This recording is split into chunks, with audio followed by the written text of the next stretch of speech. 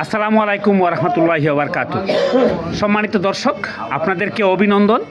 আমি আপনাদের কাছে বিনীত অনুরোধ করব, আগামী যে ত্রয়োদশ জাতীয় সংসদ নির্বাচন হবে 12ই ফেব্রুয়ারি, সেই 12ই ফেব্রুয়ারিতে আপনি যাকে ইচ্ছা তাকে ভোট দিবেন, তবে গণভোটে হা দিবেন। কারণ গণভোটে হা দেওয়ার পিছনের রহস্য হচ্ছে, যারা এই যে 5ই আগস্টে আমাদেরকে মুক্ত করে দিল, স্বাধীন সার্বভৌমত্ব বাংলাদেশের মধ্যে উন্মুক্ত আমরা চলাফেরা করতে যারা অগ্রণী ভূমিকা পালন করলো, যদি এই গণভোটে হা না হয় তাহলে তাদেরকে ফাঁসির কাস্টে ঝুলানো হবে। এখন প্রশ্ন হচ্ছে, যদি গণভোটে হা না হয় তাহলে আওয়ামী লীগে যা কিছু করেছিল তা বাস্তবে আবার পুনরায় রূপ করবে।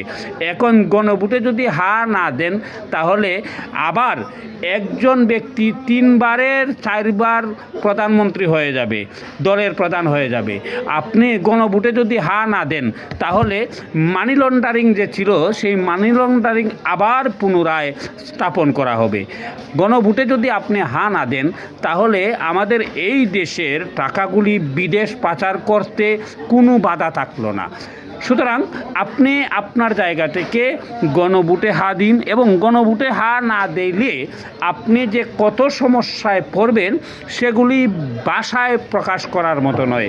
তাই আমরা জামাতকে দেন ভোট, এনসিপিকে দেন ভোট, বিএনপিকে দেন ভোট, বা যাকে ইচ্ছা তাকে ভোট দেন, এতে দেশের কল্যাণের জন্য কাজ করুক, আমরা সেই প্রত্যাশা করি। তবে আইন প্রয়োগ করার জন্যে গণভোটে হা আপনার, আমার, রুবেল, তাহির, মুক্তা, আফরাজ এবং কি যারা এই দেশের সুশীল সমাজ থেকে নিয়ে একেবারে উচ্চ থেকে নিচু পর্যন্ত যারা রয়েছে, প্রত্যেকের জন্যে নৈতিক দায়িত্ব পড়ে। সেই জায়গা থেকে আসুন আমরা সবাই ঐক্যমতের ভিত্তিতে গণভোটে হা দেই, গণভোটে হা দেই, গণভোটে হা আমাদের এই দেশে বিদ্যমান হোক, এই দেশে গণভোটে হা প্রচলিত হোক, সেই প্রত্যাশা রেখে আজকের মতো বিদায় নিলাম।